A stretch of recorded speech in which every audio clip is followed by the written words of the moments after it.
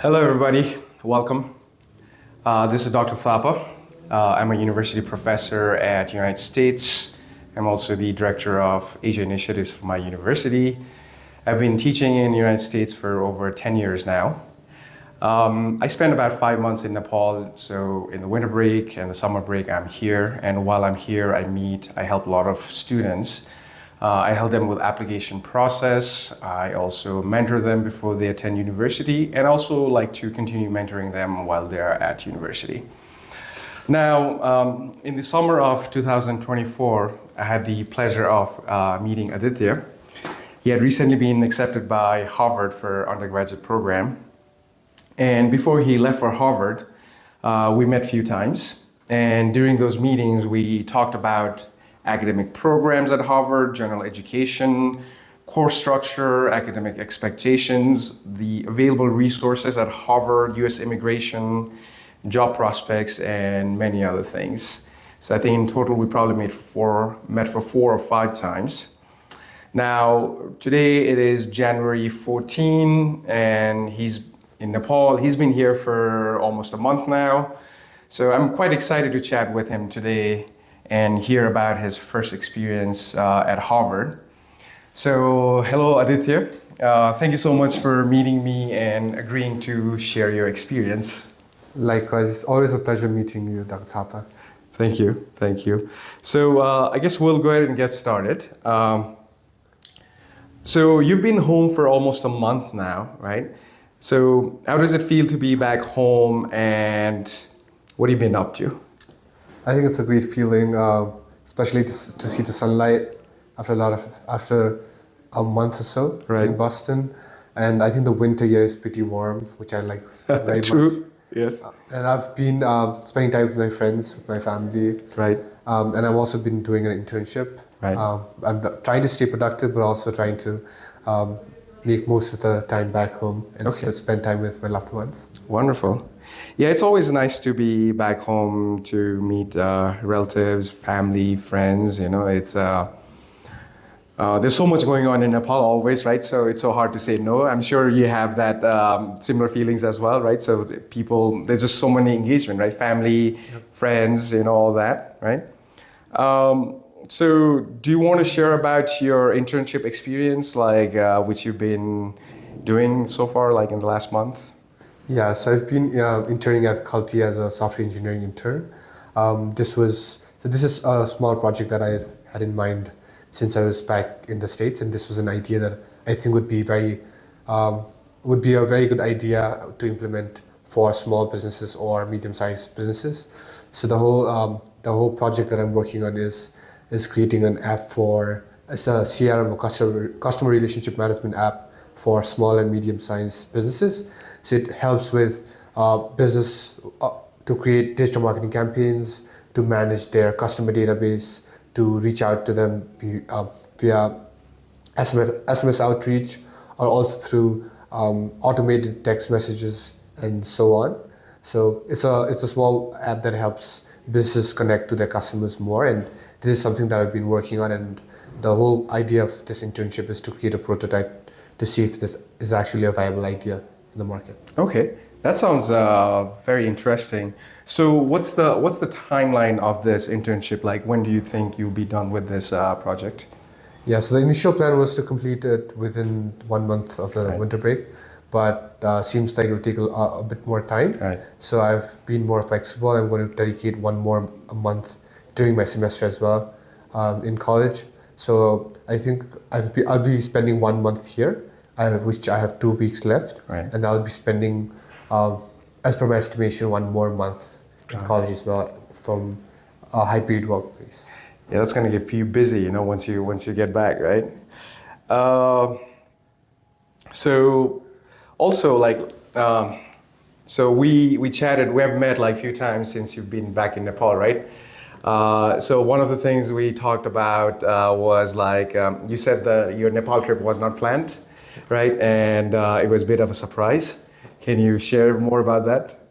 Yeah, so the whole plan was, I was not really sure about what I was going to do over the winter, but it got really, really cold in Boston. Right. And I also wanted to meet my family back home, and I thought I'll not be having much time during the summer to meet my family.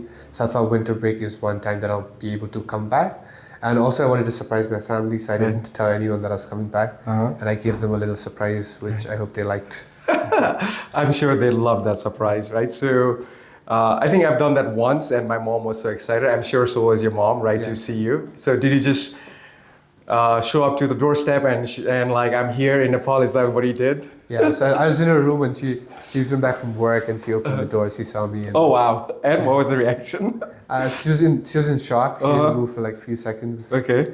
And then she started crying and she So it was a great feeling. Yeah. Wow, that's. I mean, obviously, that's a very great surprise for the parents, especially. So kids just showing up, unexpected. So that's nice, And kids, you got to spend time with your family, right? So if you go to US, make sure you talk to them once a day, or at least once every 2 days. What did you miss about Nepal when you're gone? I think people is something that I miss. Right. Because here we're a lot more connected. It's a small community. Everyone knows each other. Right. Even in my home, like we know our neighbors. Right. And we have a lot of gatherings together. We have a lot of events. We have festivals. Sure. And especially during festivals, I miss my family because they're having a gathering and they call me and they FaceTime me and they say that they're doing a Tika program or like Dasai together, and that was something that I missed. Right. But I'd say like it was a good change, and I certainly also missed my home food sometimes. Right. But I think it was a good change for me and a lot of learnings. Nice. To be away from home. This was probably, I don't know, maybe you might have missed previous dasais, but this was probably one of the first dasais you've missed, right? So, yeah, right, yeah. So that's we definitely miss home like during the festivals, right? Dasai and Tihar, definitely. So, Aaditya, which high school or which schools did you attend while you were in Nepal? Yeah, so giving a bit of an academic background, I attended Akshara school from grade 1 to 10. So I did the typical Nepali curriculum, NEB, and gave my SCC from Akshara. And after Akshara, I was thinking of doing an international program because I thought I was going to go abroad, and I wanted to keep that option open as well. Right. So I decided I'll do IB, and since Ullens was the only school that was offering IB, I did my IB diploma in Ullens as part of grade 11 and 12. Ah, wonderful. Yeah, Ullens is a great school. They always show me warm hospitality, so it's I visit them at least like once or twice a year, in the campus, so it's always nice. And let me add that Aaditya is an amazing cricketer. He could have easily had like a completely different career path if it wasn't for the COVID, right? So, and he loves sport. But anyways, let's kind of segue about your Harvard experience. So can you tell us about what is your major at Harvard? And in Harvard, they call it concentration, not major, right? Yeah. Yeah, so we're supposed to declare our concentration the second year. Right. But I'm pretty sure I'm going to concentrate in computer science and statistics. Okay, wonderful, wonderful. Those are pretty heavy majors, okay. So you're probably enrolled in 4 courses this fall semester. Which were those courses? Yeah, so initially when I went to college, I was not pretty sure about what I wanted to concentrate in. Right. So the initial plan or the plan for my first semester was to take classes from different areas so that I can actually see which subject really interests me. Right. So I took one class in economics. It was called Ec 10A. So it's Introduction to Microeconomics. And then I took CS50, which is the Introduction to Computer Science, which is a very famous course at Harvard. I also took STAT 110. So it's an Introduction to Probability class, which is an introductory class to a lot of electives for statistics. And I also took Math 22A, which is a class called, it's a vector calculus and linear algebra class, which fulfills my CS requirement and also helps me decide whether I want to concentrate in math or statistics as well. Right, that's wonderful. Now, Aaditya mentioned about CS50. So those of you watching, CS50 is probably one of the most popular, not just computer science course, but course in the world. So the full course is available on YouTube. You can also get it on edX. So those of you planning to study computer science, I would highly encourage you to take that course even before you go to States. So that'll lay like a very good foundation for you. But I just wanted to follow up more on that. So Aditya, how was your CS50 experience? So I think CS50 was one of the best class that I took this semester. Right. Especially it's the resources around the class. It's a very big class, around 600 or 700 students. Wow. So almost 50% of the freshman class takes CS50. Right. Even people who are not concentrating in computer science, just for the experience. Right. And it is taught by a very famous professor, David Malon. And the class is very big, but the professor makes it very interactive, and the lectures are filled with a lot of examples, a lot of quizzes and all. But sometimes the lectures feels like it's made for video production more than classes, because the professor is ready with the scripts and ready with, and there's a 20-person camera crew walking around. Oh wow! Okay. But I think the overall experience is really was really fruitful, because there's not just classes, but there's lunch every week. So every Friday there's CS50 lunch where people gather, and then there are companies that come. Oh wow! Okay. At the lunch, and then there's CS50 fair where everyone presents their final project. So it's sort of a fair where we see like what are some of the projects that our classmate makes, or what are the projects that I did make and I want to present it to other people as well. And there's also hackathon where over one weekend CS50 students from Harvard and Yale meet up, and then overnight, so no one sleeps. So and whole night we code on our final project, and there's a lot of fun social activities. Oh wow! So CS50 was quite an experience, and I'd highly recommend it to anyone interested in computer science, because the class is not just about getting really deep into a subject within computer science, but it's like giving a broad perspective of what the subject or the area looks like, and what you can expect as a computer science major or working in the field of computer science in future. So it gives a brief introduction of what computer science might look like. Right. Yeah. I've heard so much about CS50, and at one point I had started the course as well. I think I got like halfway through. It was quite interesting.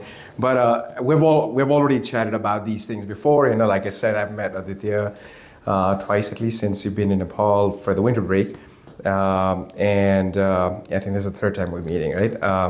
And last time we did chat about CS50, I think that time we didn't talk about the hackathon, which sounds quite interesting, right? And it seems like it's a very an opportunity to network with other people, like not just the hackathon, the launch, CS50 launch and other things. So that's wonderful. So Aditya, so obviously CS50 is an exception to your typical classroom in Harvard, because it's such a production-based like class, right? You have camera crew, like you said, 20 of them running around. But beyond CS50, let's say micro econ or stat 110 or math 221 that you took, what's the typical classroom like? And is it more lecture heavy, or is it more discussion based? How is it? Yeah, so my experience might not be the perfect description of what classes at Harvard looks like, right? Because most of my classes were very big class, very introductory classes that were very big in size. So I think the smallest class size that I had was 250 students. Right. So most of my classes were really big.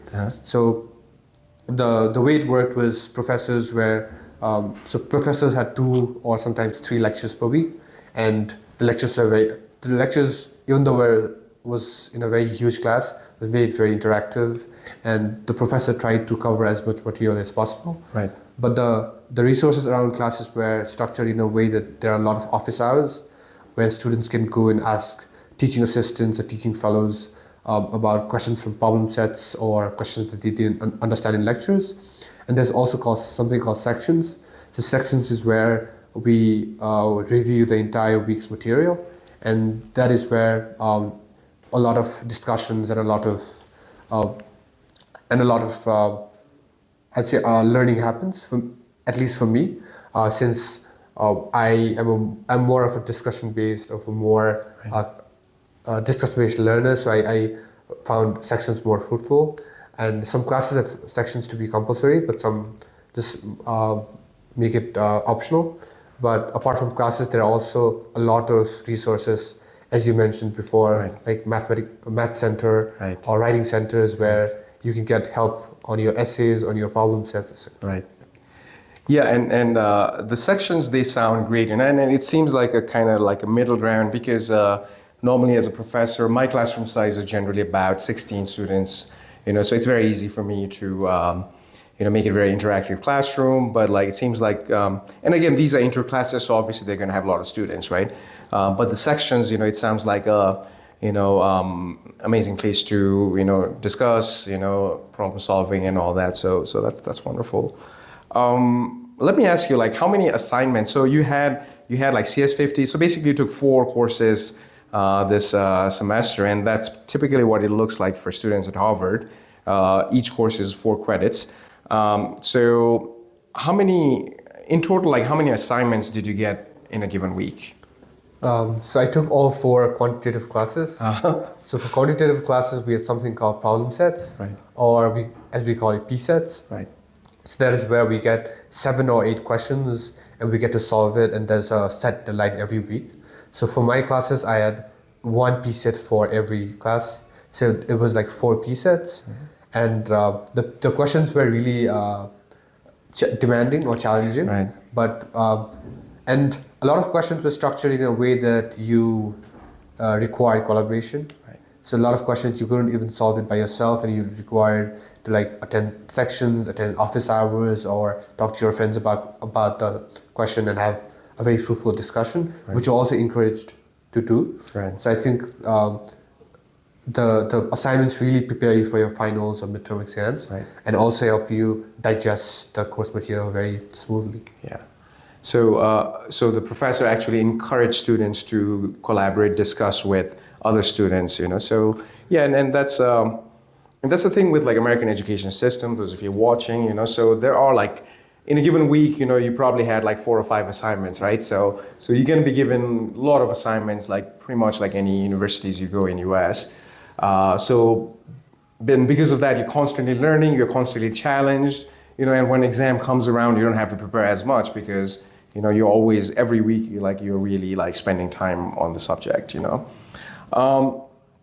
So Aditya, just coming, your high school education was in Nepal, and obviously it's a very different system in US versus Nepal, right? So did you have to change the way you studied, or did you have to incorporate any new strategies in your study habits? Could you talk more about that? Yeah, so I think definitely like the first semester was quite a change. Right. Not just on the way I study, but on the way I was graded and the way that the courses were expected to evolve over time. Right. The first difference that I found was most of the courses, especially till grade 10 in Nepal, is like final exam heavy. So as long as you're doing well on exams, you're good. Even in IB, we still had assignments, but most of our grades were based on final exams. Right. So you had some time to slack off during the start of the semester and like really gear up in the end of the semester and still be good. But the difference that I found in the American education system, or at my college specifically, is that it was not just about final exams, and final exams was just one portion of the grades. Right. And your assignments were graded. There was grades based on attendance, grades based on participation in sometimes in sections. Right. And for the first few assignments, the thing that I found challenging was that I was never really used to having my assignment and all my problem sets graded as well. Right. And I think we all have a habit of just completing the assignment and turning in. Right. But now that we know that every assignment is graded and it has a weight on the final results, yes, you try to make sure that all the questions that you solve, or all the assignments are solved in a way that that really leaves no room for missing any grades that you could have earned. Right. And also the other thing that I learned was most of the learning happens outside classroom. Right. So back in high school, most of the course material were covered in class. So as long as you listen to your teachers and as long as you take notes, you're Right. good. But in college, it was a lot of like the professor had a lot less time, so he only used to introduce basic concepts. He used to introduce the formulas and stuff. Right. But it was on you to read before lectures, go through the book, go through other reference material that the professor has given, fill out a lot of surveys, and also read through texts that are not related to the class, so that you can really understand and really gaze through the concept, and really keep up with the course over time, not just at the end of the semester. Sure. Yeah, the American education system, higher education, will keep you busy, right? Like you said, there's constantly something. And let me just add one or two things to what Aaditya said. So I teach, the two courses that I teach one is biochemistry. It's attended by biomed majors and seniors, and I teach nursing chemistry also. So the final exam is maybe 12% of the overall grade, So I think I have like 3 exams, they add up to be maybe 36% or less than 40%. The other 60% is your weekly assignments, like lab and other activities. So you could score like 100 in all your exams and you still fail my class, and that's true for like pretty much any classes in the US. So one of the reasons that the students, they want to attend like, top-rated schools such as Harvard or, and other Ivy League schools is for networking, right? So you get there to meet some extraordinary students at Harvard, and students who come from very influential backgrounds also, right? So, and I'm sure like you have a lot of opportunity there to network, so tell us about your experiences and what opportunities are there at Harvard for you to network with like other people. Yes, I think meeting people has been the highlight of my Harvard experience so far. Right. And there's always, everyone has a very unique story to tell. Right. Everyone has a very unique background. Everyone has a really unique interest that brought them here. So I think having conversation with people, whether it be late night, whether it be through classes, whether it be through doing assignments together, whether it be through clubs, or whether it be through our dining hall. Right. The social experience was what really added a lot of learning into my my first semester experience. Right. And especially for first year, we have a common dining hall where everyone has lunch, dinner together. Right. And the thing that I really enjoyed about having that experience was that every day I got to meet new people and have lunch together with new people. So I made a challenge for myself as well that I'll try to have lunch or dinner with new or random people or just sit by them every day. Right. And then I really used to like ask them questions and really try to dissect what their background has been or their interest has been. And I've met some of the most inspiring and some of the most motivated people. And some people really they're really inspired to change the world in the way that, in the sector that they're really interested in. For example, some people are really interested in criminal justice. Right. Some people are interested in environment. And I think that's one of the important, one of the benefit of going to a liberal arts school. Right. Is that you're not surrounded by people like very technical people. You're not surrounded by people only interested in one specific area. Right.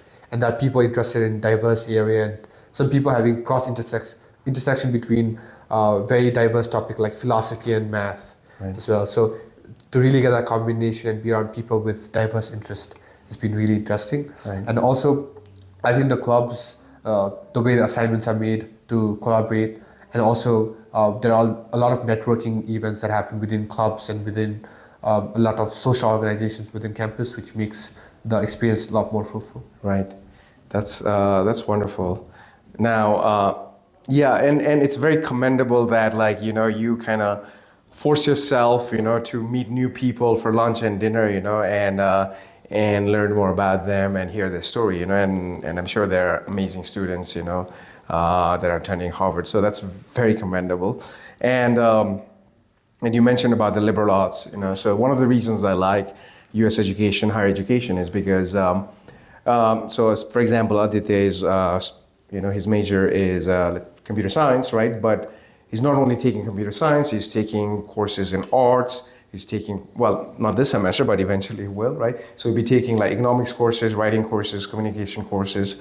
So when you graduate from school, you come off as a educated, well-rounded, like an all-rounder, you know, when you come off. That is something I really, really like about higher education in US.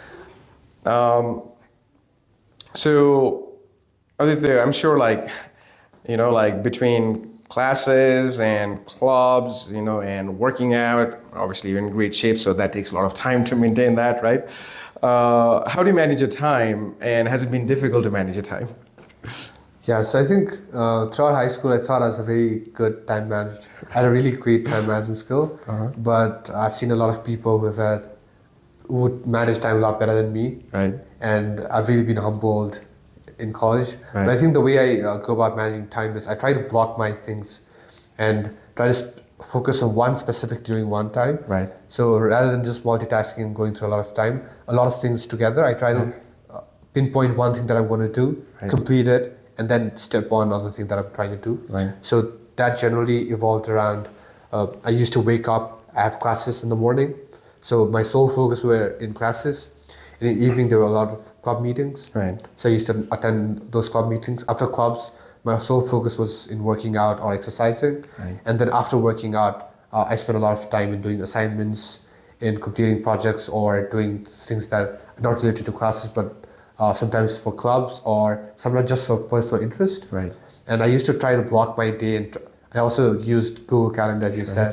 And Google Calendar has really saved my life, because I try to write down everything that I'm going to do, and I plan my entire week every weekend so that I know what I'm tackling throughout the week. Right. And I make sure that I'm up to date with my assignments, with my class notes, with my clubs, or everything that's going around. Right. That's wonderful.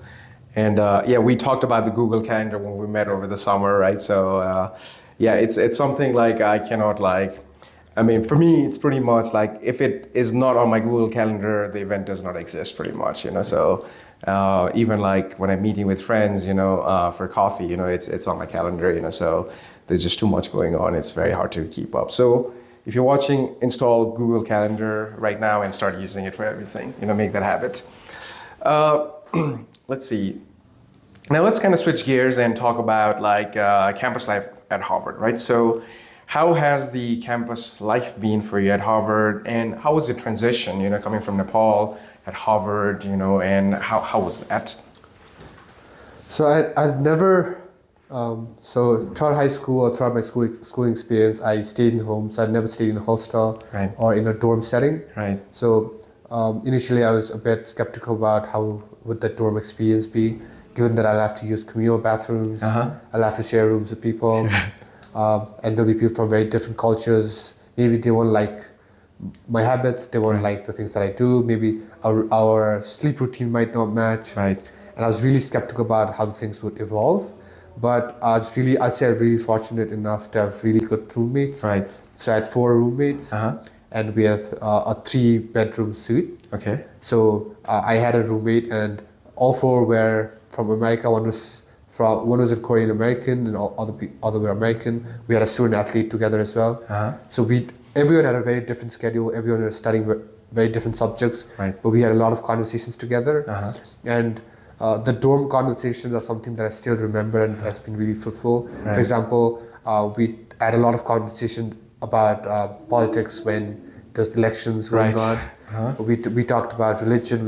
Because all 5 of us in my suite had very different beliefs to God. Right.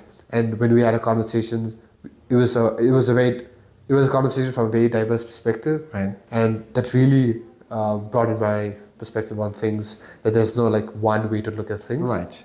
And I think the dorm setting, especially for first year, is made so that people interact with each other.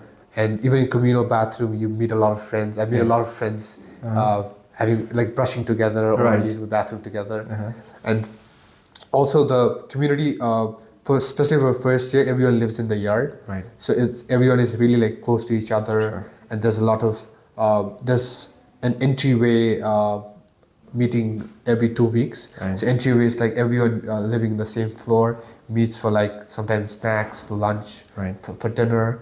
And there's also a pre-orientation program that happened before college. Right. And I did the international program where all the international students had a lot of social events together. And the good thing was that we had from the international program, I made friends that are very close to me right now, and we still have lunch together. We still call it a FIP family. FIP is like the short form of first year international program. Okay. So we call it a FIP family, and we do a family dinner or family lunch. Right. Like try to do it like every 2 weeks or in a month. So I think the social aspect is made so that people really transition well to college. And I think I really didn't have any problem doing that, and I think I'm very well settled now. Good. Well, I'm glad to hear that. And obviously you're putting yourself out there, like for example, like you said earlier, like you try to meet new people, you're forcing yourself into the situation. So, and which is wonderful. And it looks like you have, not just great roommates, you also have found a community with international student population and others as well. And I think like last time when we were chatting, you said there are close to, in your freshman class, there were close to 200 international students.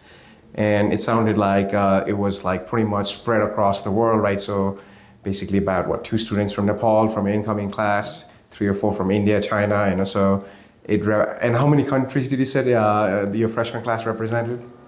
So the stats that I have is that our class is the most international class in Harvard's history, and we have around 160 countries. Wow. Somewhere around that range represented. Wow. In this class. That's very impressive. Yeah, and another thing adding about socialization is that I think a lot of people are really open to making friends in first semester, since everyone is new, everyone have no friends when they walk into college for the first semester. Sure. So I think that's the time where you actually can meet people. So anyone who's going to college or who's like going to have their first semester very soon, I think this is the best time to like really meet people. And I think it's I wouldn't say it's a very good idea to wait for other people to approach you. Yes. But I think it's a better way to approach people and always try to find common interest.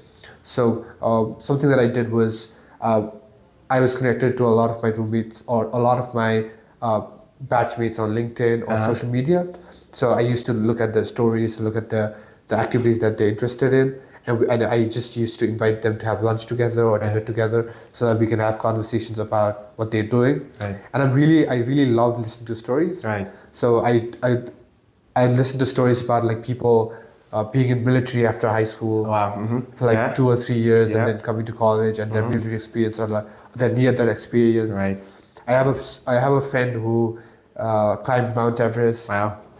And you get to hear a lot of exciting stories, and you also get to make a lot of friends and really have a very good social life, since everyone are open, everyone is very susceptible to, everyone's very open to making friends. And I think this is the best time to really put yourself out there. And even if you're an introvert, like I was an introvert in high school, I was really reserved, but I challenged myself to like step out my comfort zone and really try to meet people. And initially it can be a bit challenging and can be a bit exhausting, especially with people with very limited social battery. Right. But you really start learning a lot, and you really start becoming more confident when you meet a lot of people. Yeah, I mean with practice, you get better, right?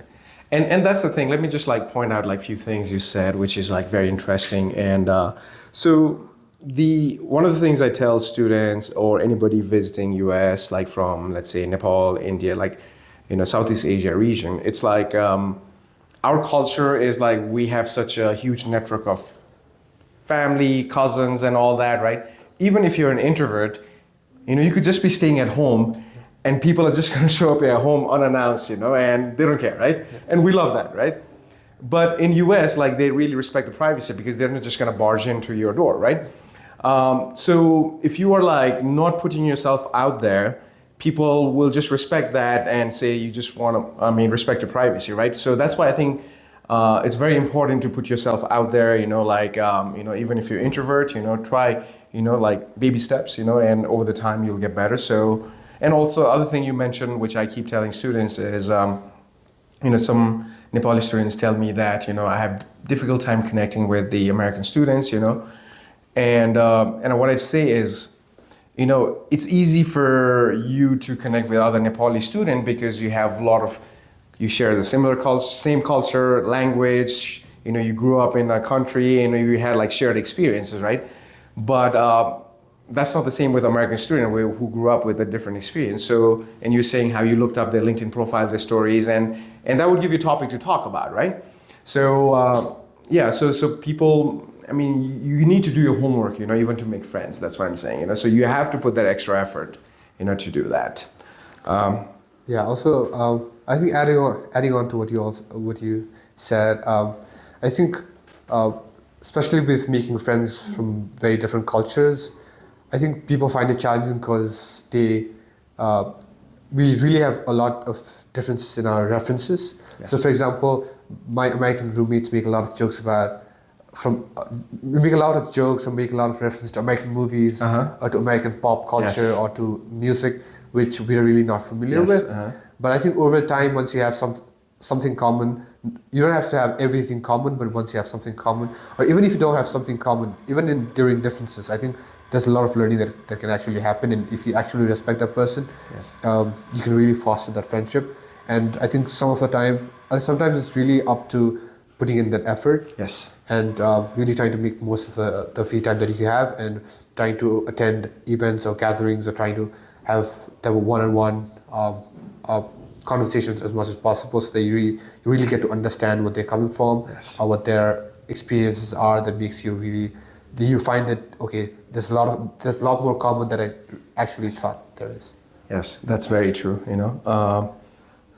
Yeah, and like you said, like over the time, your reference points will, because once you live in US for a long time, then you start building those things, So, and I mean, I went as an undergrad, to US, and it was the same, as the years passed on, my references increased, so it was like I was more assimilated and it was easier. But let's see.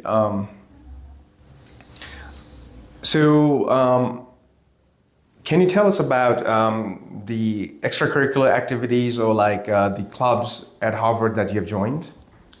Yeah, so I think there are a lot of, there are almost, I think, 400 student clubs at Harvard, and we had a club fair at the start of the semester where every club gave like a little introduction of what they do and what are the things that they're working on or the projects that they're working on. So from my initial conversation, I'd already planned out and really already looked at some of the clubs that I wanted to join. Right. So I knew I already shortlisted some of the clubs that I wanted to join.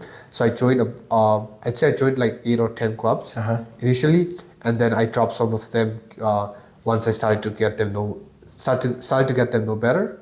And most of the clubs that I was part of were pre-professional or technology-related clubs. Right. So I was part of Harvard Venture, which is where we used to have every week there used to be one session where startup people or people running businesses used to come and give us some insights into how it's like running a venture. Right. And I was part of Harvard Innovation Labs, which is like a startup incubator at Harvard where a lot of startups ideas are fostered and a lot of patents, license are cross-used, or a lot of networks are formed together. Right. And I was part of the Harvard Computer Society, where a lot of conversations, especially around AI, especially around the buzzing change in technology happens. And I was also part of the Harvard Financial Analyst Club. So it was about, I also wanted to explore what it's like to be in finance. Right. So I also joined that club, and I did both the traditional program and also the quantitative program. So it's part of 2 programs within that club. Right. And I was also part of the Harvard Machine Intelligence community. So it is the club that works in machine learning and artificial intelligence at Harvard, and they do a lot of projects together. We have learnings together. This whole semester was about learning about how machine learning models work, Right. or what are the foundations of AI, or like computer vision, how computer vision works, and some of the companies, how they're working on, and what's the AI scene like, Right. and how it's going to evolve. And next semester, I'm going to be working on an AI project where I think this semester it was about, we're trying to make Harvard ChatGPT, where students can ask about like course requirements and personalize their entire Harvard curriculum, or really take that course selection into the next level. So I'll be working on a similar project next semester. That's interesting. Yeah. So, Wow. So for the course selection, you guys building an AI, for that. Oh, yeah, that's wonderful. And that's good for professors like me, because I help students sign up for courses, like design them. So that's good for me as well, And Aditya was saying earlier that the clubs, he made a reference about we had a discussion over the summer before you went to Harvard about the potential clubs that are there, and we had gone over. But yeah, all these clubs, they sound so fascinating, and I know we have had a much longer conversation about each individual, and I'm trying to keep this interview within the reasonable time frame, because all those clubs, they sound so interesting, and we have had longer conversation, but I'll leave you to that, so let's see. Now let's talk about students. I was going to ask you another question, but I'm going to be mindful of the time. Yeah. So now let's talk about students who are interested in Harvard, right? So I guess if you're watching this video, you're probably interested in Harvard. So what advice would you give to students wanting to apply to Harvard? Okay, so I think generally students who want to apply to colleges like Harvard, I think you've already gone through a bunch of videos, you've already looked at a bunch of things where you get advice about being yourself. And there was something that be yourself is an advice that I got throughout high school about college applications. Right. But I really never understood what be yourself means. Because as a 17 or a high schooler, as a 17-year-old or a high schooler, I never knew what be yourself is, or and especially about US application in general as well. Right. You have to write a lot about yourself, and the essays are a bit personal, where you have to showcase what you have or your story, and which is not something that our Nepali education system has really made us do. Right. And I think I've never written about myself as much as I've written during the college application season. So I think the first advice that I want to give people is try to really find your passion. Try to really find what you're good at, one thing. Another thing is what you really want to do, not just for college applications, but for college application and beyond. Right. Try to really find what you're interested in. Could be subject areas, or could be problems that you want to solve, or could really be about what are the things that you really think are really interesting or fascinating that other people might not find fascinating. And I think once you find your passion, I think you have to showcase that you have the ability, and you to really take initiative or really make best of the resources around you. So this means when you look at extracurricular activities, I think it's not a very good idea to look at it as a tick mark, right, or something that you will do for just to pad up your resume. Right. Try to look at where does the activity that you're trying to do, or the time that you're spending on a project, where does it fit on your larger picture? Yep. Or where does it fit on your application in general as well, if you try to think about it from a college application perspective. Right. And once you saw that you've made best use of your resources, you've taken initiative that impact not just your school, but community, or sometimes even nation in general. Right. And I think the third most important thing would be to actually put yourself out there. Right. And I think most students try to sound humble by not listing about what they've done or the things that they want to do. Right. In their personal essays. But I think it's very important to really show the bigger picture to the application officer, right, or the admission officer, because they only spend about, as per my knowledge, 10 or 15 minutes reading one application. Yep. Mm-hmm. So when they read an application, I think they should really get a full picture. They should really see that, okay, this student is really passionate about this thing, and if he really gets into the college, he can really add value to our college as well. Because right, if you think about the applications from a college perspective, mm-hmm, they take you for, I think, what I came up with is 2 reasons. Right. One thing is, if you're going to be successful either way, I think college also have a selfless perspective of adding their name to your name. Mm-hmm. And I think that is where mutual benefit or mutual transaction takes place, where you benefit from being in that college as well, mm-hmm, and the college benefits from having you add value to the college. Sure.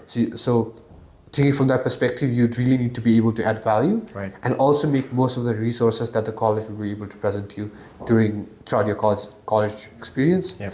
And I think another thing that you have to add on, especially for students, international students, and from countries like Nepal, is that we are a really unique. We can bring very unique experience to the college.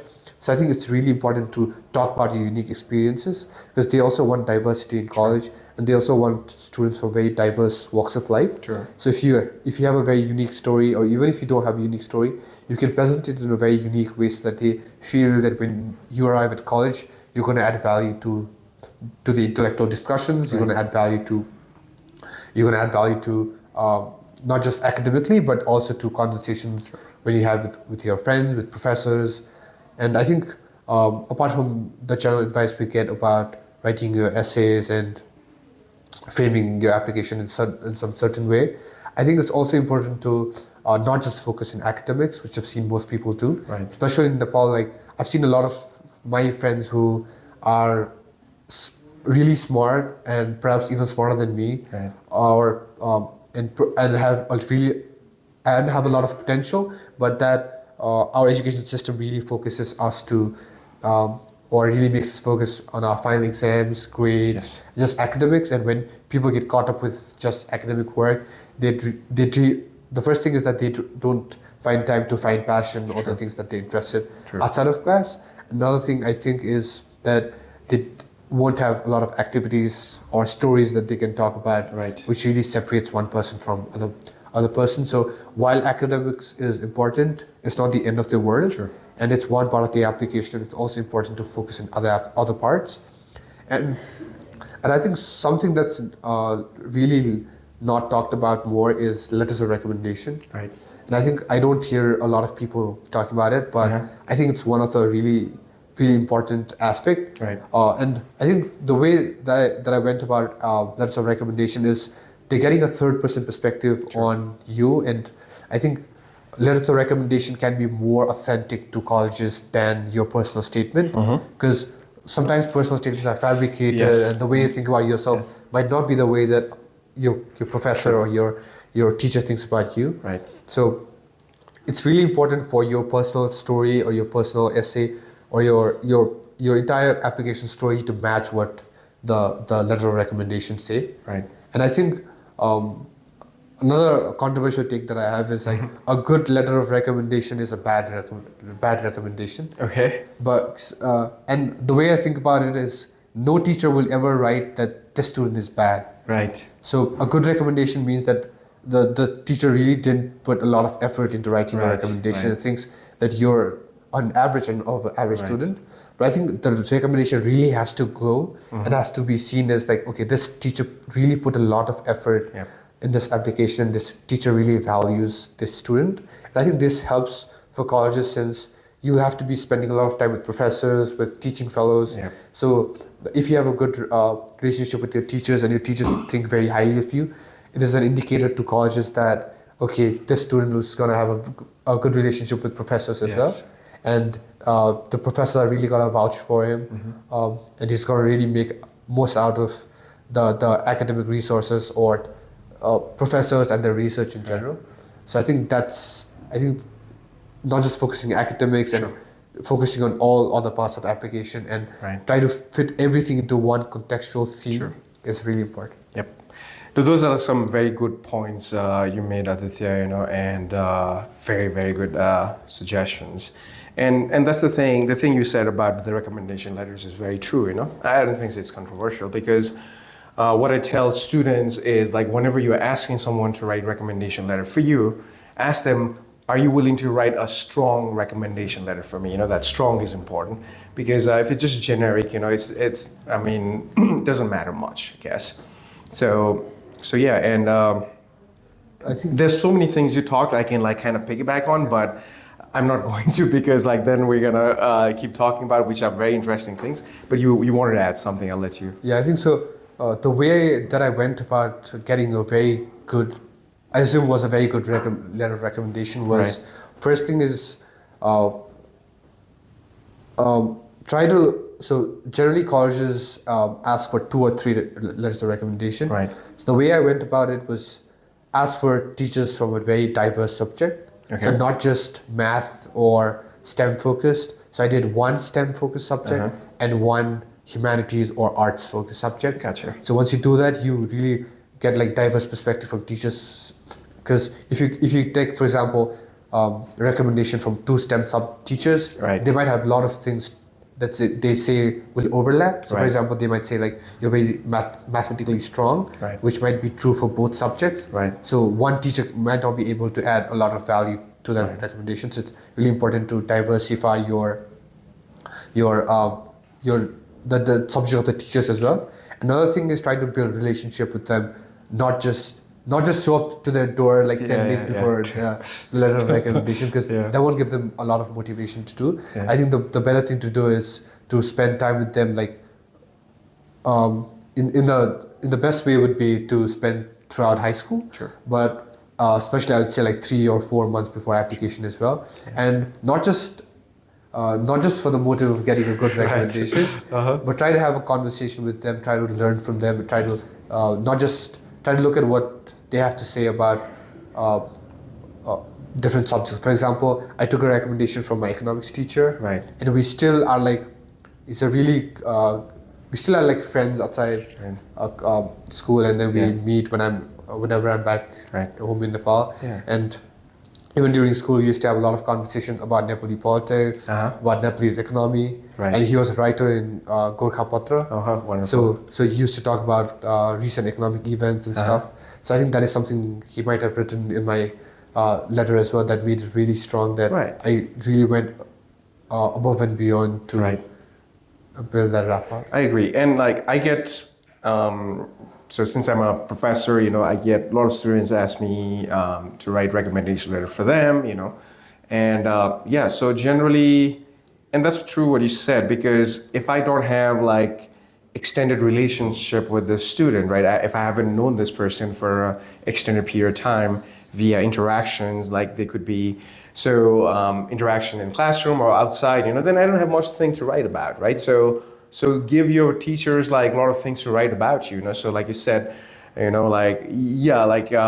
want to build those relationships, just don't show up at the door like, when it's due, like 3 months ahead, 6 months ahead, So you really need to get to know your teachers, and that will definitely work out well for you later.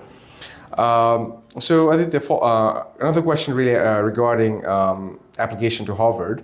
So how soon should somebody who is interested in applying to Harvard, start building their portfolio? Like which grade are we talking about? Yeah, so I think ideally it would be grade 9, since in your college application, high school in US is considered from grade 9, 10, 11, and 12. Right. So your academics or your extracurriculars, everything from grade 9 will be counted. Right. So ideally, you need to start thinking about it from grade 9, and I think that's the best time. I think the second best time is now, and even if you're in grade 11 or in grade 12, I think it's never too late, and I think it's time for you to start looking into some of the colleges that you want to apply, or what are the programs that you want to apply, or what are the things that's important to you. Is it the location? Is it the weather? Is it the academic program? Do you like big class sizes? You like small class sizes? What type of learning environment do you thrive in? And that is something that students really have to consider as well. But I think since a lot of schools have disconnect after grade 10 in Nepal, since we call it school till 10 and college in 11, 12, most of the schools don't provide information about college application till grade 10, since they have no responsibility to do so. So a lot of students start from grade 11, which I did as well.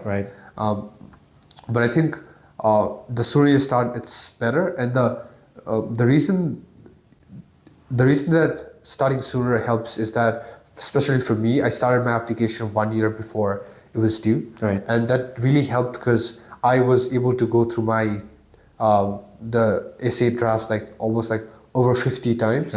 And this was because I started during December, a year before that I applied. And once I wrote my application, or once I wrote my personal essay, I still have time, like I can look at my essay again after 3 months. And after 3 months, I've already grown so much. I've had a few more personal experience, and you get like a fresh perspective on your essay, and then you really get to tweak your message or tweak your sentences so that you make your essay more refined. And going through the iterative loop really helps. And I think the other really important thing about starting sooner is that you can write something before you actually do it, and that is something that I found really powerful, because there was one supplement for Harvard and other colleges that I applied, where I wrote that I conducted a research in this, which I hadn't done when I was writing it, but that summer I decided to do it, and that really helped, because when I wrote it, it really fit in my entire picture and my context of my application. And when I did it during the summer, I had collected a lot of insight which I didn't have when I wrote it, and I could again revisit my essay and then add a lot of things. And for example, giving an example would be that it was a question about what was one intellectual experience that really stimulated your growth. And I wrote about so it was a project week in my high school where we went to a small village, and the project was about working with a public school. And I saw that a lot of students came to that school for the free meal that they get, and asking the school administration, the free meal was like 10 or 15 rupees. And I was really fascinated that like 10 or 15 rupees was able to significantly increase school attendance. And I wrote about, like, this was one intellectual experience that I conducted research on school feeding policies. But when I actually did conduct the research during the summer through a research program and under a mentorship of a professor, I really found out that it was not just limited to school or attendance. It really increased school enrollment. So students are more likely to repeat grades, or students are more likely to enroll after they're done with the academic year. And it had a compounding effect onto the society as well. So the woman, the student's mother or woman in household were freed from their lunch duties or their cooking duties, and they were now being able to increase their participation in economic activities, which has really increased their economic standing within the community as well. And also most students went home for lunch and never came back, and it increased attendance for the second half of the school as well. And there was a lot of research around how it helped solve malnutrition for really rural areas.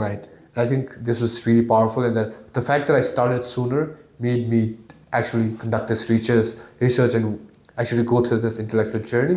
And given that I started this like 1 month before it was due, I wouldn't have able to have this. I mean, I'd say a unique story to share.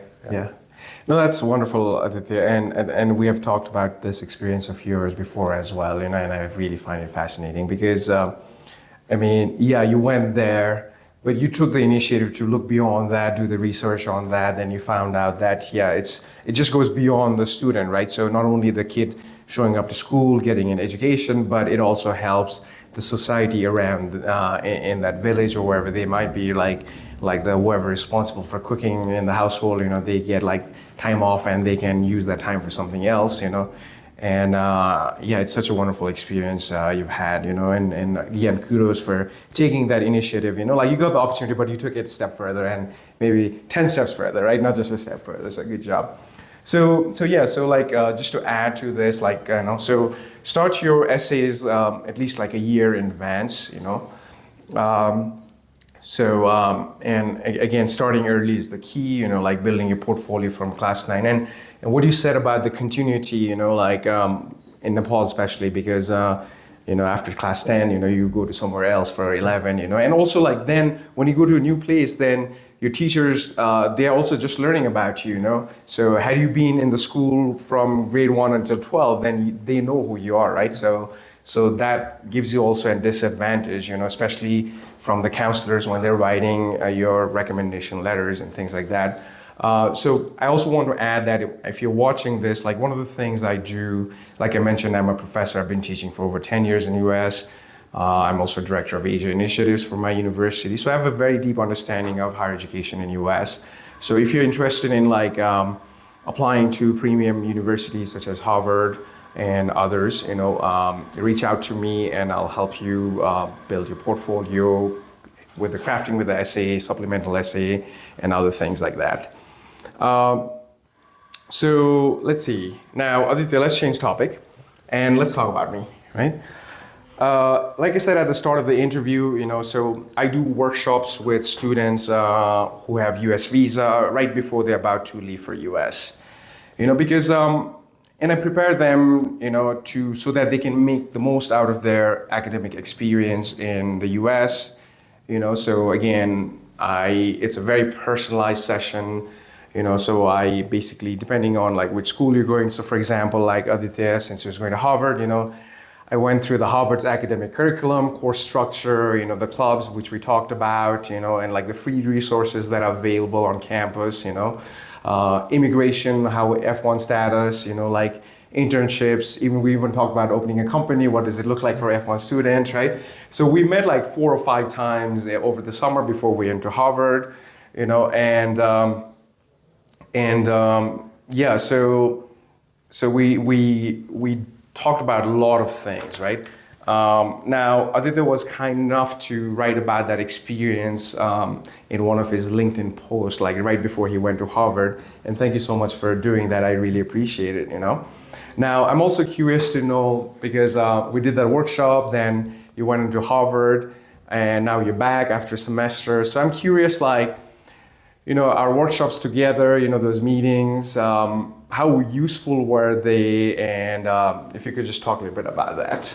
Yes, I think the workshop were really insightful, and anyone who can have the opportunity should really take the chance and really make most of the opportunity. And especially since I think the fact that we went through the core requirements at Harvard, or not just academic things, we talked about the resources that were available. For example, for like the math center, the writing center, which I was like completely unaware of. Right. And I really had the opportunity to learn about those opportunities from you. We also talked about, you also looked at some of the classes that I could take. Yes. And we talked about some of the core requirements for my potential concentration or major. And that really helped me select my courses so that I didn't have any hassle of adding and dropping courses during the semester. Right. And I was really set on to the classes that I really wanted to take. I also, from your advice, looked at clubs that I wanted to join, and I already had clubs in mind. Right. And I think if I hadn't looked at the clubs, I'd be really overwhelmed when 400 clubs would be yes. presented to me, and I'd have to select some of the clubs from 400 different clubs presented in the fair. But having that previous knowledge of the available clubs and the clubs that I wanted to be a part of was really insightful. And also talking about like immigration, I think I was really confident when I was traveling as well, when I like the documents that I should be carrying, what are the limitations that I have with my visas. Yes. Or we also talked about starting a company and what does the process look like for an international student on F1 visa. Yes. That was really insightful. And I think overall, I saw a lot of my friends and a lot of other freshman students were really like all over the place during the start of the semester, because there were a lot of opportunities, a lot of things happening, and everything was new. For me, it didn't really happen because I don't think everything was new for me, and I was really prepared to tackle and be aware of all the resources that were present around me and all the challenges that might potentially come across as an undergraduate student, since you've been an undergraduate student at US yourself as well. You really could like explain not just from a perspective of a general college freshman, but a freshman coming from culture like Nepal and transitioning to culture like the States. Yes. You really have that unique insight that I think a lot of people don't have, since you've been in the foot of both a student, you've been in the foot of as a professor, and so you've seen from both sides. I think that really helps anyone who wants to attend college in States or anywhere. I think your insights would really help you not just feel confident about attending college, but also be a step ahead of all your peers, and also be really balanced of all the things that you have to do and have that transition very smoothly. So I think the session was really fruitful. I'm very thankful for your time. Well, thank you for your kind words, Aditya. And you're so generous. Yeah, I mean, I'm so happy that the sessions were helpful, because and like I was saying, it's not like I'm not giving like a general overview of what colleges are like in US. I'm looking at the curriculum of Harvard, the resources that they have. I do my research and I present to you a very tailored information, right? So, and yes, there are some general information too, like opening bank accounts and SIM cards and other things also, right? But yeah, it's very specific, and I even pulled up like the syllabus of the courses that you're going to take, and you read the syllabus before you went to Harvard, right? Or the textbooks that you might need and things like that. So my follow-up question was like, will you recommend my workshop to your friends? But I think you've already answered that, right? So I think I'd like to add something as well. Yes. Also, like the things, like general things you talked about, like opening a bank account, SIM card. Right. I went to college like a few days earlier, and I was able to do it before all of my international students had done it. And when during our international orientation week, all of the international students were running around, trying to open a bank account, trying to find the best SIM plan. I'd already had everything figured out. Wonderful. I'd already read my syllabus. I knew what was expected of me. So I think that really helped as well, adding on to what you said. Thank you. Yeah, and also Aditya, you are like, I mean, obviously you're very smart. You're very motivated. And kudos to you for. I mean, I can only provide you information, but it depends on you what you do with that information. Obviously, and you're obviously. I'm glad to hear you made the most use out of it. And yeah, and like those workshops were like a lot of fun for. For me, like getting to know you, so obviously, and I'm curious about different curriculums across universities in US, so it's always wonderful. But thank you for your kind words, Aditya. And also thank you so much for making the time. This is wonderful. It's always wonderful chatting with you, and we talk quite frequently, And you've been very busy in Nepal since you got back with your internship at Kalti, and obviously social obligations and other things in Nepal as well. So I really appreciate your time, So we definitely need to catch up in US also sometime, I mean, you're always welcome at my home in Virginia, And hopefully, maybe there might be a conference I might attend in the Cambridge area or Boston area, So hopefully. We'll get to meet and like chat over coffee, But yeah, and also I mean, you've done amazing before this. You're doing amazing things, and I'm looking forward to all the amazing things that you're going to do in the future, So I'll be looking forward to your journey. Yeah, likewise. It's always really good talking to you, and I had a very good time having this conversation today. Thank you, Aditya. Appreciate it. Yeah.